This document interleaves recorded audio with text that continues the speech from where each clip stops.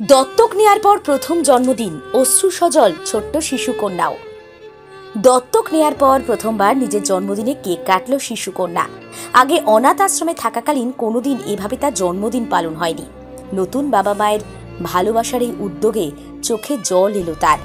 আবেগঘন মুহূর্ত সকলকেই এক অন্য ভালো লাগায় নিয়ে গেল।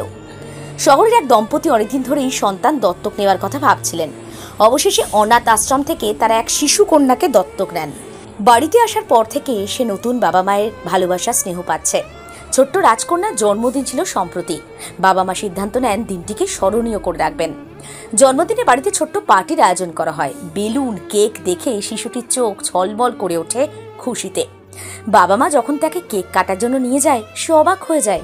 এমন তো দেখেনি, নিজের সঙ্গে এমন তো কোনোদিন হয়নি। আনন্দের অশ্রু চোখে জল আসে তার। তার নতুন বাবা মা বলছেন, ওকে আমরা শুধু দত্তক নিইনি, ও আমাদের হৃদয়ের অংশ। ওর হাসি আমাদের সব থেকে বড় উপহার। সারা জীবন ওকে ভালোবেসে যেতে চাই। ওর মুখের হাসি সারা জীবন ধরে রাখতে চাই। শিশুটির আবেগঘন মুহূর্ত সমাজ মাধ্যমে ভাইরাল। নেটিজেনরা বাবা মায়ের কাজের প্রশংসা করেছেন। ভালোবাসার স্নেহের কোনো বিকল্প হয় না।